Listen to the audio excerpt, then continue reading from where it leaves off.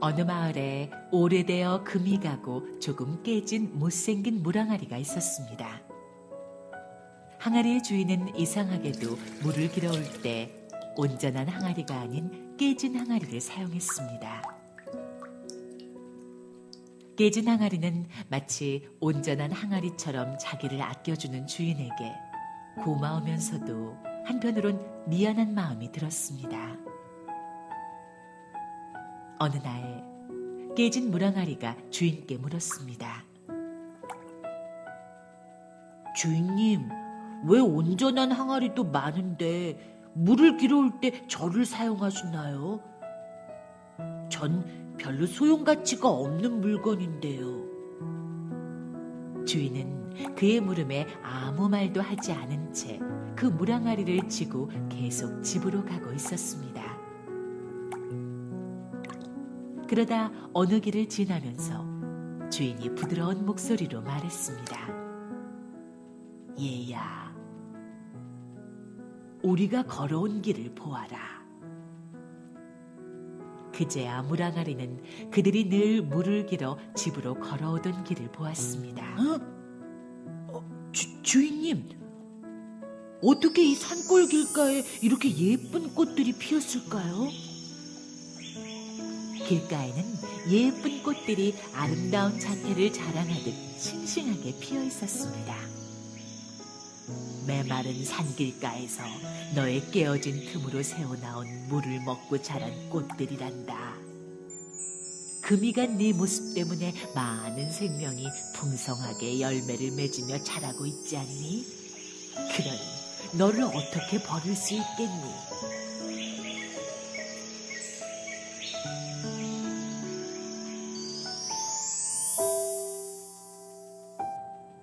엄마는 하나님께서 너를 통해서 일하실 것을 믿는단다.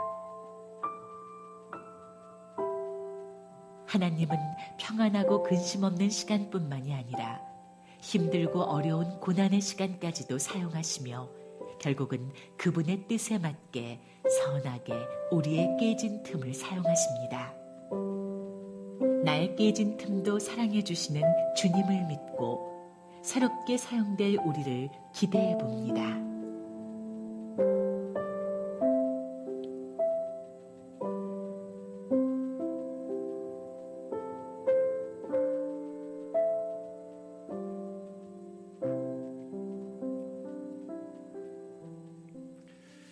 여러분, 영상을 보고 나니까 어떤 마음이 드십니까? 이 영상에 나오는 깨진 항아리의 모습, 그 모습은 마치 저의 모습을 보여주는 것 같습니다. 어느 것 하나 내세울 곳 없는 저의 연약함, 그 연약함을 하나님께서 외면하지 않으시고 있는 모습 그대로를 받아주시고 또 이렇게 하나님의 선한 도구로 들어 써 주시는 것, 그 하나님의 은혜에 그저 감사할 뿐입니다. 그렇습니다. 하나님께서는 당신의 그 거룩한 뜻을 이루어 가실 때 언제나 약한 자들을 들어 사용해 주시는 것을 볼 수가 있습니다.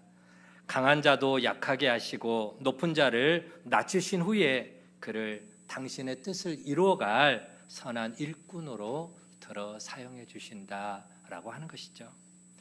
출애굽의 역사를 이뤄낸 이스라엘 민족의 위대한 지도자 모세를 한번 생각해 봤으면 좋겠습니다. 모세, 그는 그의 나이 40세가 될 때까지 애굽의 왕궁에서 왕자로 서 나갑니다. 왕궁에 자라면서 그에게는 막강한 권력과 지위 그리고 또 참 많은 것들을 가진 왕자였죠. 그런데 하나님께서는 그 많은 것을 가지고 있는, 많은 것을 누릴 수 있는 그런 모세를 들어서 쓰지를 않았습니다. 도리어 그 모세를 광야로 내밉니다. 미디안 광야로 내밀어서 그 미디안 광야에서 모세를 철저하게 낮추시고 실패하고 아무것도 아닌 존재로 살아가게 하신 후에 그의 나이 80세 노인이 다 된 그 나이가 되었을 때 하나님께서 호렙산에서 모세를 부르시는 걸 볼 수가 있습니다. 그때 모세는 자신에게 아무런 능력이 없는 걸 알고 하나님의 부르심 앞에 거듭거듭 거절합니다. 하나님, 보낼 만한 자를 보내십시오. 어찌 저같이 다 깨진 항아리 같은, 말도 잘할 줄도 모르고 건강도 약한 나 같은 놈이 어찌 그런 큰 일들을 할 수 있겠습니까? 거절을 하죠. 혈기왕성한 40세 그때의 모세를 불렀다면은 모세는 주저하지 않고 하나님의 부르심 앞에 제가 한번 해보겠습니다 라고 대답했을 겁니다. 하지만 하나님은 그런 자신만만한 모세가 아니라 아무것도 할 수 있는 것이라고는 아무것도 없다라고 고백하는 그 80세 나이에 모세를 부르시고 그를 통해서 출애굽의 역사를 이뤄가는 것을 볼 수가 있습니다. 여러분, 왜 하나님은 왕자로서 참 많은 것을 가지고 있는, 많은 것을 누릴 수 있는, 많은 일을 할 수 있는 그런 모세가 아니라 가진 것이라고는 양칠 때 쓰는 그 말라빠진 지팡이 하나, 그거 하나밖에 없는 왜 그런 모세를 사용하신 걸까요? 애굽이라고 하는 거대한 제국을 상대해야 하는 그런 사람으로서는 너무나도 늙고 초라한 연약한 모세, 왜 그런 모세를 굳이 그 나이에 부르셨을까라고 하는 것입니다. 그거는 비단 모세만이 그런 것은 아닙니다. 오늘 본문에도 초라하고 보잘것이 없는 연약한 사람들을 하나님의 원대한 꿈을 이루어갈 일꾼으로 들어 사용하고 계심을 우리는 알 수가 있습니다. 자, 오늘 우리는 사도행전 1장을 함께 말씀을 나누었습니다. 여러분, 사도행전을 기록한 저자가 누구죠? 사도행전을 기록한 저자는 바로 누가복음을 기록했던 의사 누가입니다. 요즘 보니까 누가 의료기도 나오더라고요. 누가 의료기. 누가 의사. 그가 누가복음도 기록했고 이어서 또 사도행전도 기록을 했죠. 누가는 예수님의 일생을 기록한 누가복음을 먼저 기록한 이후에 이어서 곧바로 또 사도행전을 기록을 했습니다. 오늘 본문 1절과 2절에서 그것에 대해서 먼저 언급을 하고 있는데요.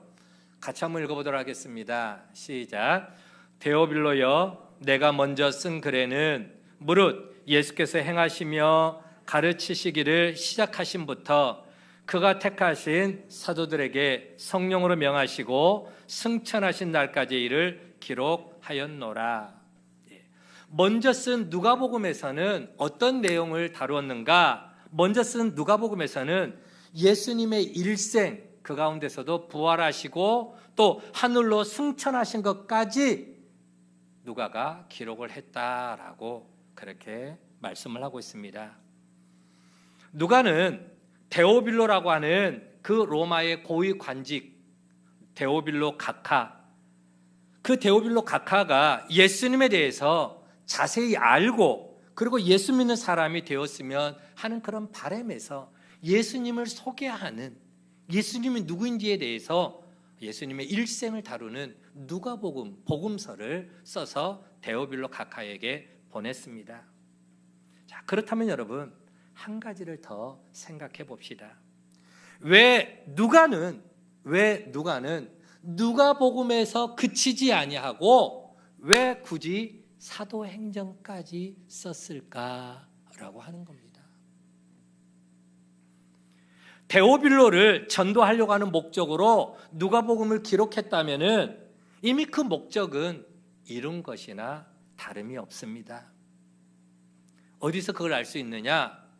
오늘 본문 1절 말씀 보면은 1절 첫 번째 글에 뭐라고 이야기합니까? 데오빌로여라고 지칭합니다. 데오빌로여. 처음 책 누가복음을 기록할 때 누가복음 1장 3절 말씀에서는 데오빌로를 부를 때에 그냥 데오빌로요라고 칭하지 않습니다. 데오빌로 카카라고 칭합니다. 데오빌로 카카. 로마의 고위 관직을 갖고 있었던 그 데오빌로 카카라고 정중하게 깍듯하게 존칭을 쓰고 있는 걸 보게 됩니다. 누가복음에서는 그렇게 존칭을 깍듯하게 썼던 이 누가가 왜 사도행전에 와서는 카카라고 하는 존칭어를 왜 뺐는가? 그러면서 데오빌로요라고 그렇게 편하게 이야기를 하는가라고 하는 것이죠. 그건 아마도 데오빌로가 누가가 예수님의 일생을 다룬 그 복음서 누가복음을 전달해 줬을 때에 그 누가복음서를 읽고 예수를 믿고 믿음의 공동체 안에 함께 들어온 신앙을 가진 사람으로 변화되지 않았는가라고 우리는 짐작을 해볼 수가 있습니다. 자, 실 예를 들면 이렇습니다.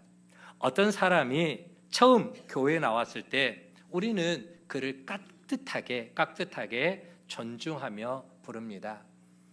예를 들면은 학교 교장 선생님이 교회에 처음 나왔다고 합시다. 그러면서 이제 부인 되신 분이 이분은 어디 학교 교장으로 지금 다니고 계십니다. 일을 하고 있습니다라고 하면은 대체로 교회 처음에 오셨을 때 어떻게 부를까요? 교장 선생님 그렇게 부르죠. 처음 오신 분한테 그냥 이름 막 그렇게 부르지 않습니다. 교장 선생님 혹은 또 어떤 회사를 꾸려가면은 아무개 사장님, 우리 김순영 권사님 남편은 사 사장님 하면서 그렇게 존칭을 깍듯하게 부르면서 이야기를 하죠. 그런데 함께 신앙생활을 하면서 이제 친분이 쌓여지고 교회 공동체의 일원으로 자연스럽게 스며들면 그를 더 이상 이제 교장 선생님 그렇게 부르지 않습니다. 형제님이라고 부르든지 아니면 교회에서 어떤 집사의 직분을 맡았으면은 김 집사님 혹은 이 집사님, 박 집사님 아니면 장로님 하면서 그렇게 교회의 직분을 부르게 될 겁니다. 세상에서 부르는 호칭은 사라지고 믿음 안에서 한 형제 자매로 부르는 것이죠. 데오빌로에게도 마찬가지입니다. 처음에 누가가 데오빌로에게 카카라고 그렇게 썼던 그 존칭이 사도행전에 와서 사라지게 된 이유는 뭐냐? 데오빌로가 로마의 고위 관료인 것은 맞지만 예수 안에서 믿음 안에서 이제는 한 가족이 될 정도로 친숙해지지 않았는가라고 생각을 해볼 수가 있죠. 그 말은 데오빌로가 이미 이제 누구를 믿게 되었다고요? 예수를 믿게 된 신앙 안에서 한 가족이 되었다라고 하는 것을 우리가 알 수가 있습니다. 자, 그러면 여러분, 이 데오빌로가 예수 믿는 사람이 되었으면은 이제 그것으로 끝이 날까요? 그것으로 만족할까요? 하나님께서 데오빌로에게 원하시는 바를 다 이루신 걸로 우리가 생각하면 될까요?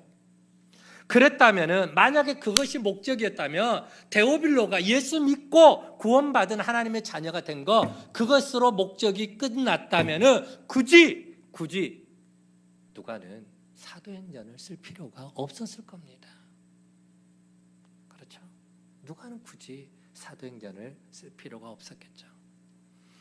복음서를 읽고 예수 믿는 사람이 된 이후에 그에게 하나님께서 바라시는 무언가가 있었기 때문에 누가는 사도행전을 써서 또다시 데오빌로에게 그 서신을 보냈던 것입니다.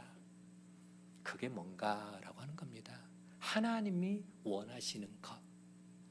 여러분, 우리가 신앙생활하면서 자주 놓치고 있는 게 한 가지가 있습니다. 그건 뭐냐? 우리가 예수 믿고 구원받은 사람이 되었으면 그것으로 우리의 신앙은 다 완성이 되었다라고 생각을 하는 경우들이 많습니다. 나 이제 예수 믿고 이제 하나님 자녀가 되었으니까 천국 가는 것은 보장됐어. 그것으로 끝나지 뭐 더 이상 나한테 뭘 바래라고 생각합니다. 하지만 여러분, 하나님께서 우리를 불러서 먼저 예수님을 알게 하고 그리고 그 주님의 십자가의 은혜를 통해서 구원받게 하신 이유가 진정 그것만 있을까요? 만약에 내가 예수 믿고 하나님의 자녀가 되어 천국 가는 것이 내가 신앙생활을 하는 것에 달하면은 저는 진작 좀 데려갔으면 좋겠어요. 진작 좀 천국에 갔으면. 왜요? 생각해 보세요. 천국이 더 좋을까요? 이 세상이 더 좋을까요? 안 가봐서 잘 모르겠어요. 천국 안 가봐서 잘 모르겠어요. 여러분, 마태복음 17장 말씀 보면은 변화산 사건이 기록이 되어 있습니다. 변화산에서 베드로가 예수님과 모세와 엘리야가 서로 같이 만나서 대화하는 모습. 모세는 예수님으로부터 자그마치 1400년, 1500년 전의 인물이었고, 그리고 엘리야는 예수님으로부터 900년 전의 인물. 그들이 셋이 만나갖고 서로 대화하는 그 모습이 마치 천국에 와 있는 것과 같은 그런 모습이었기 때문에 베드로가 뭐라고 고백합니까? 주여, 여기가 너무너무 좋사오니 내려가지 말고 여기서 그냥 눌러 삽시다. 내가 초막셋을 지을 테니까 나를 위해서는 초막 필요 없습니다. 하나는 예수님, 하나는 모세, 하나는 엘리야. 그러면서 잠깐 보여주는 그 모습도 천국이 너무너무 좋으니까 내려가지 말자고 고백했던 그 베드로의 모습이었다면은, 만약에 여러분들에게 1시간 동안 천국을 보여주면은 과연 이 땅에 마음 두고 살아갈 분들이 목사님 아파트 사야 돼요. 목사님 돈 벌어야 돼요. 여러분, 천국에서는 길바닥에 깔린 게 금이랍니다. 길바닥에 깔린 게 금이고요. 여러분, 50평짜리 아파트가 좋을까요? 황금으로 꾸며진 저 천국에 있는데 집이 더 좋을까요? 저는 빨리 천국 가고 싶어요. 만약에 그것이 내 인생의 목적이었다면 빨리 가서 먼저 앞서가신 우리 부모님도 만나고 싶고, 믿음의 형제들도 만나고 싶고, 예수님 얼굴도 보고 싶고요. 그러나 그게 우리 인생의 목적의 다가 아니라는 것이죠. 하나님께서 저를 그 죽음의 고비 가운데서도 몇 번이나 살려주시면서 오늘 이 자리까지 남겨두신 것은 하나님의 뜻한 바가 있기 때문이라고 하는 것이죠. 있기 때문에. 그게 뭐냐? 그건 바로 오늘 본문 3절에서 분명하게 가르쳐주고 있습니다. 바로 한번 따라 볼까요? 하나님 나라의 일. 하나님 나라의 일입니다. 예수님께서 부활하신 후에 40일 동안 이 땅에 머무시면서 제자들에게 말씀하셨던 거, 예수님도 부활하시고 곧바로 하늘로 승천하지 않았어요. 40일 동안 부활하신 당신의 몸을 제자들에게 다 보여주시면서 그 40일 동안 머물면서 한 사람 한 사람에게 가르쳐 주신 게 있습니다.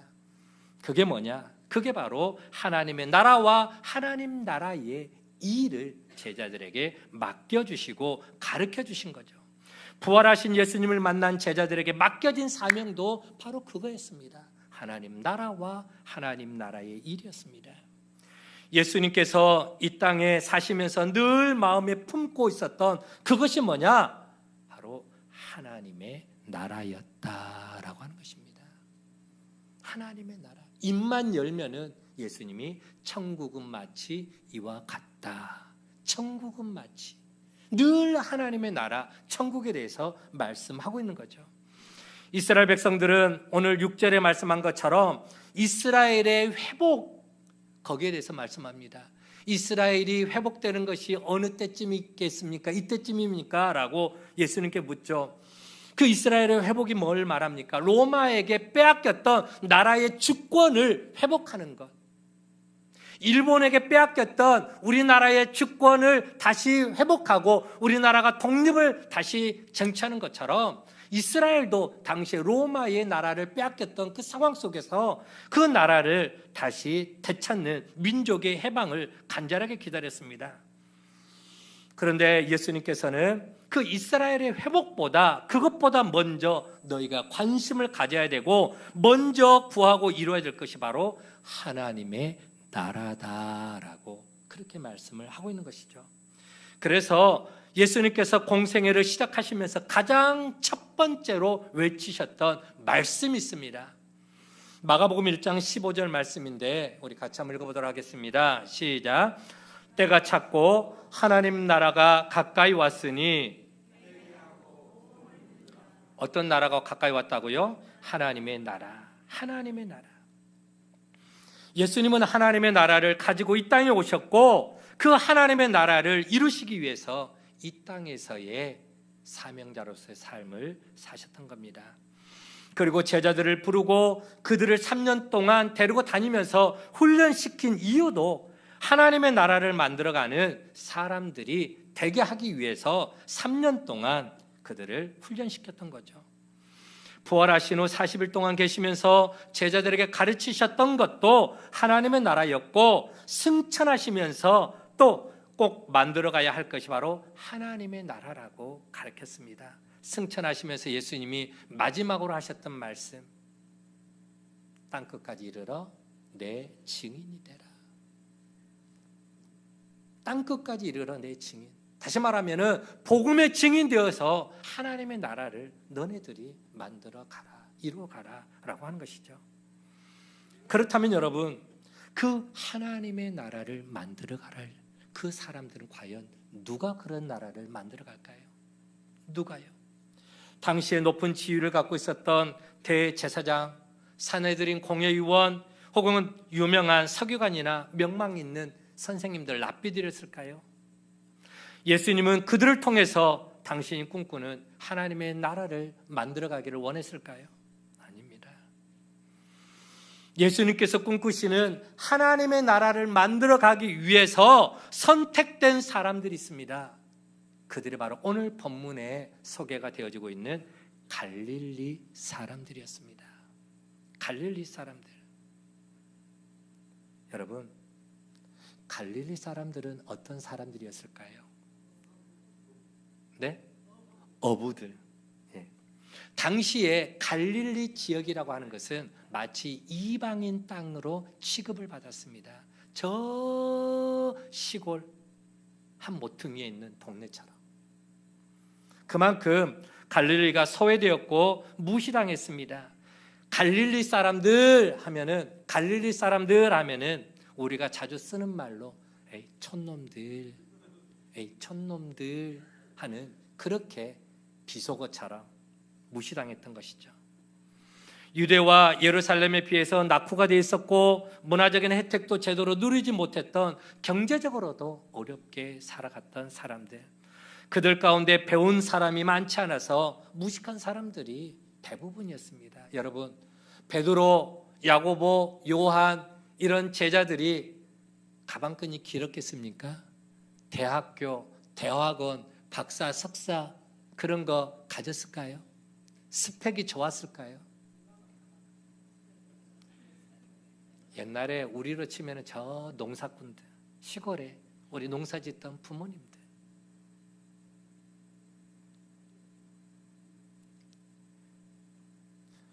문화와 종교의 중심지였던 유대 예루살렘의 입장에서 보면은 갈릴리는 소외되고 쓸모없는 지역이었고, 그 갈릴리 사람들은 못 배우고 가진 것이 없고 종교적으로 부정한 사람들이라고 생각을 했습니다. 그래서 예수님이 어디 출신일까요? 예수님 어디 출신? 몰라요? 나사렛. 나사렛은 그러면 어디 지역에 속한 지역일까요? 갈릴리에 있는 한 동네가 나사렛입니다. 그러니까 예수님이 공생애를 시작할 때에 대부분의 많은 사람들이 예수님을 향해서 뭐라고 이야기하느냐? 에이, 나사렛에서 무슨 선한 것이 난다고, 그 총구석에서 무슨 구원자가 난다고, 이런 지하에 무시를 해버립니다. 예수는 우리의 구원자가 될 만한 인물이 못돼. 그 인간은 아니야. 총구석에서 무슨, 일단 무시하고 보는 거예요. 무시하고. 그러나 예수님은 바로 그런 갈릴리 지역의 사람들, 그 못 배운 무식한 그들을 통해서 하나님의 그 큰 일들을 감당해 나가기를 원하셨다라고 하는 것이죠. 가장 낮은 사람들, 내세울 것이 없어 하나도 없었던, 다른 이들에게 무시당하고 멸시당하던 바로 그 갈릴리 사람들, 그들을 통해서 예수님은 당신이 꿈꾸시던 그 하나님의 나라를 이루어가기를 원하셨다라고 하는 것입니다. 만약 그 일에 능력 있는 사람이 필요했다면 갈릴리 사람들을 선택하지 않으셨을 겁니다. 그러나 예수님은 갈릴리 사람들을 당신의 제자로 삼으셨습니다. 그리고 그들을 통해서 하나님이 꿈꾸시는 하나님의 나라를 이루어가기를 원하셨던 것이죠. 오늘 본문 8절 말씀에 한번 볼까요? 본문 8절 말씀입니다. 같이 한번 읽어봅니다. 시작. 성령이 너희에게 임하시면 너희가 권능을 받고 예루살렘과 온 유다와 사마리아와 땅끝까지 이르러 내 증인이 되리라 라고 하는 이 준엄한 명령을 받은 사람들은 누구냐? 바로 그 갈릴리 총구석에 있었던 사람들이었다라고 하는 것이죠. 자, 그런데 분명한 건 뭐냐?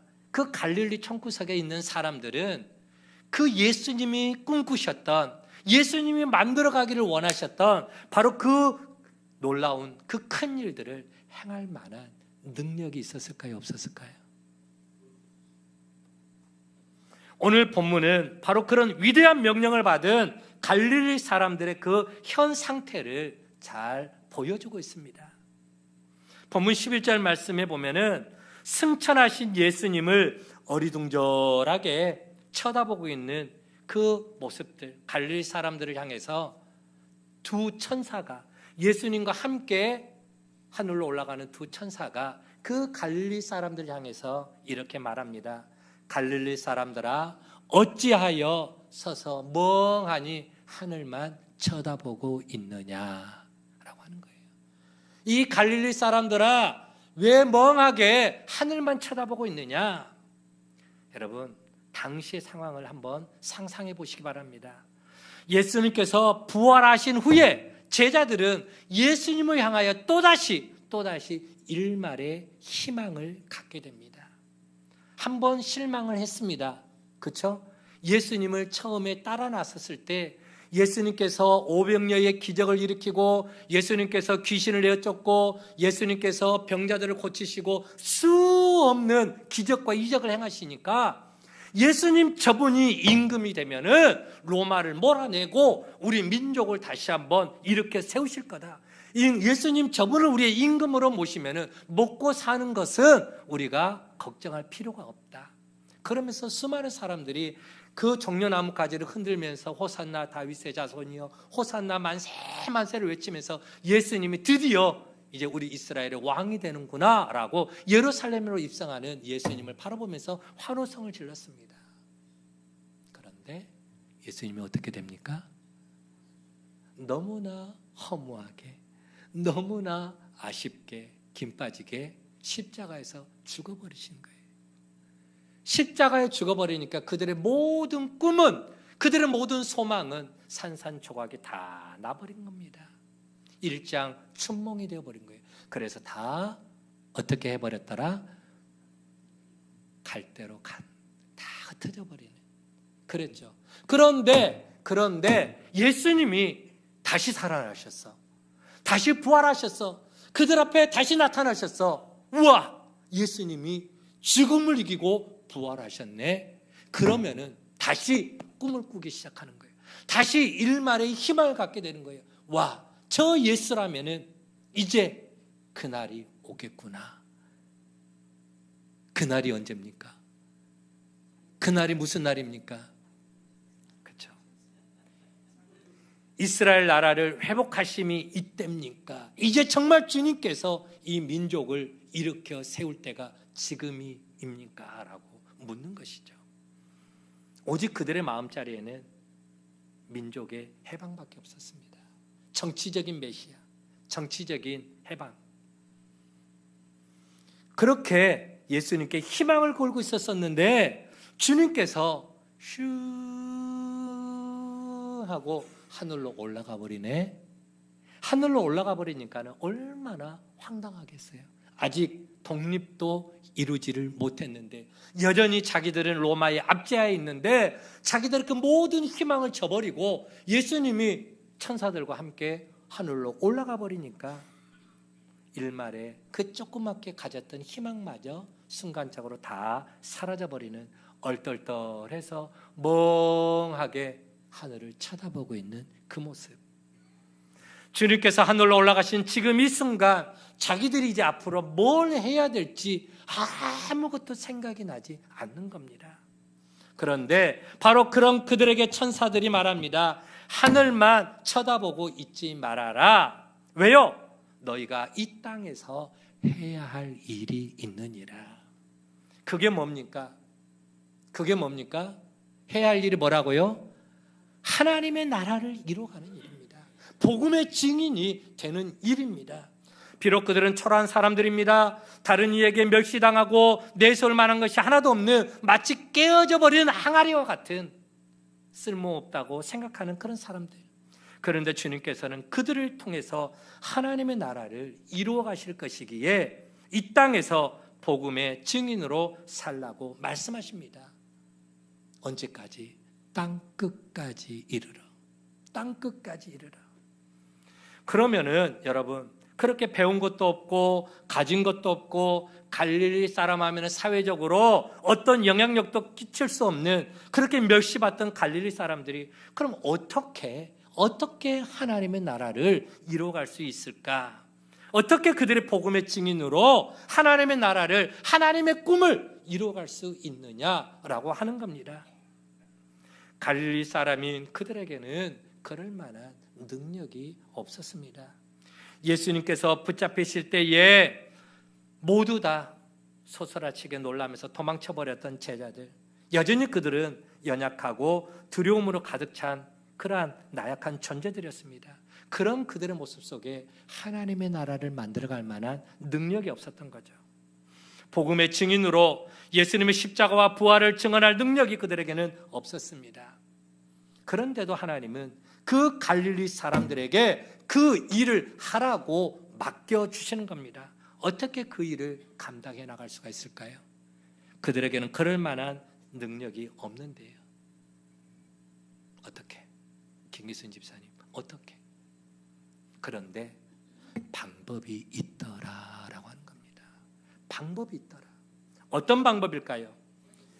그렇죠. 하나님께서 약속하신 성령이 임하면 되는 것입니다.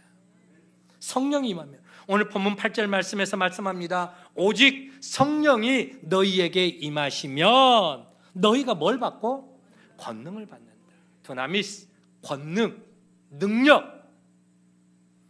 그래서 예루살렘과 온 유대와 사마리아와 땅끝까지 이르러 그 복음의 증인으로 살아갈 수 있게끔 하신다라고 하는 것이죠. 예수님의 마지막 말씀이십니다. 그들에게는 능력도 없고 그들에게는 지혜나 영향력이 없을지라도 성령이 오시면은 그들은 능력 있는 권세자의 삶을 살아갈 수가 있다라고 하는 것이죠. 그리고 땅끝까지 이르러 복음의 증인으로 살아갈 수가 있습니다. 성령이 임함으로 받는 권능은 우리가 흔히 생각하는 그런 세상적인 능력을 말하는 게 아닙니다. 두나미스, 위로부터 임하는 능력입니다. 그 능력으로 병을 고칩니다. 그 능력으로 귀신을 제어합니다. 그 능력으로 원수를 대적할 수 있는 힘이 있습니다. 그 능력으로 담대하게 복음을 전거할 수 있는 용기와 힘과 자신감이 생긴다라고 하는 것이죠. 비록 자신은 초라하고 가진 것이 없지만 담대하게 증언할 수 있는 용기가 생깁니다.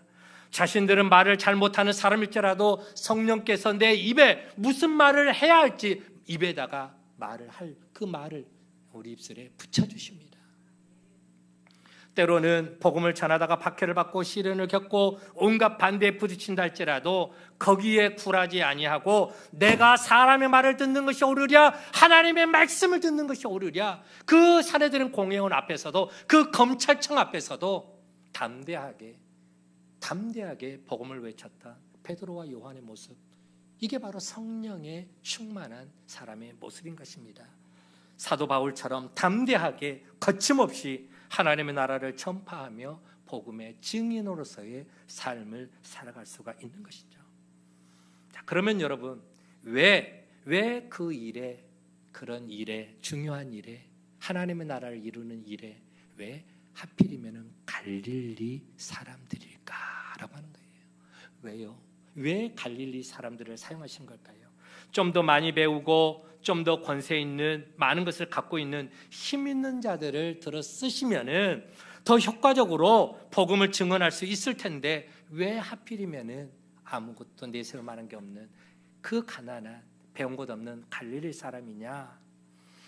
그것은 자신의 지혜나 자신의 능력을 의지하는 사람에게는 하나님의 능력이 나타나지가 않기 때문에 그렇습니다. 그래서 성경은 이렇게 증언합니다. 고린도전서 1장 27절로 29절 말씀인데요, 천천히 같이 한번 읽어보도록 하겠습니다. 시작. 그러나 하나님께서 세상에 미련한 것들을 택하사 지혜 있는 자를 부끄럽게 하려 하시고 세상에 약한 것들을 택하사 강한 것들을 부끄럽게 하려 하시며 하나님께서 세상에 천한 것들과 멸시받는 것들과 없는 것들을 택하사 있는 것들을 폐하려 하시나니 이는 아무 육체도 하나님 앞에서 뭐하지 못하게 자랑하지 못하게. 그렇습니다. 우리 하나님께서는 미련하고 약한 자들을 사용해서 스스로 지혜롭다 말하는 자, 스스로 강하다고 하는 자들을 부끄럽게 하시는 하나님, 천하고 멸시받고 없는 자들을 택하셔서 가진 자들과 떵떵거리는 자들을 아무것도 아니게 만드시는 역전의 하나님이신 걸 믿으시기를 바랍니다. 이게 바로 하나님의 일하시는 방법이죠. 그래야만 사람들이 내가 뭐 좀 했네 라고 하는 그런 교만과 자기 자랑에 빠지지 않고 자신을 통해서 일하시는 하나님을 드러낼 수가 있기 때문에 그렇다라고 하는 겁니다. 여러분, 하나님의 일은 내가 하는 게 아닙니다. 내 힘으로 하는 게 아닙니다.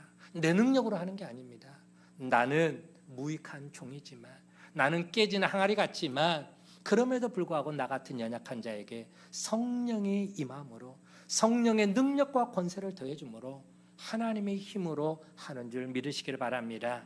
여러분, 우리도 내세울 만한 것이 없는 연약한 사람들입니다. 그런데 하나님께서는 그런 우리들을 통해서 하나님의 나라를 만들어가기를 원하십니다.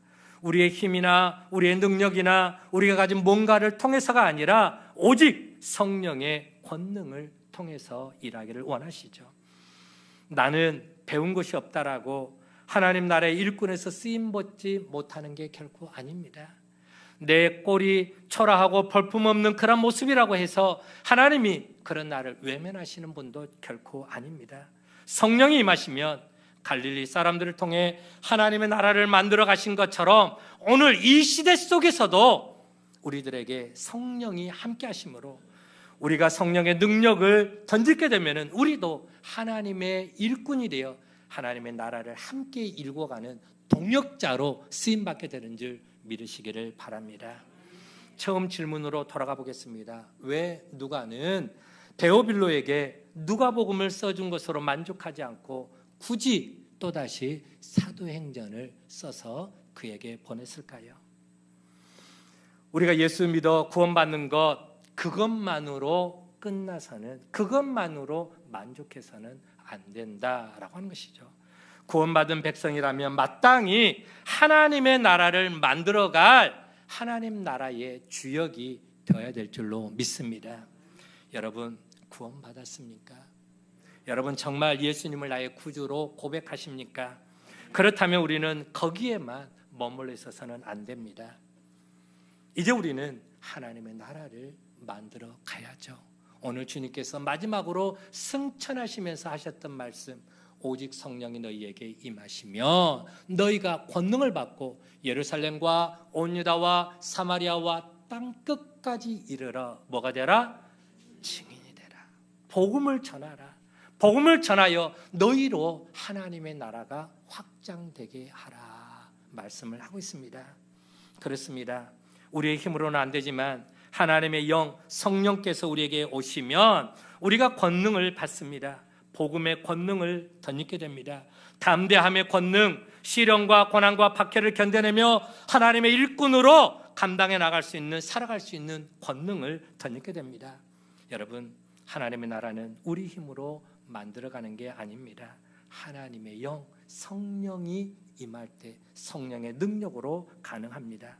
그리고 하나님께서는 오늘 우리들을 통해서 그 일을 만들어가는 하나님의 동력자로 부르고 계심을 믿으시기를 바랍니다. 구원받은 사람, 갈릴리 사람과 같은 바로 나를 통해서, 우리를 통해서 일하기를 원하시죠.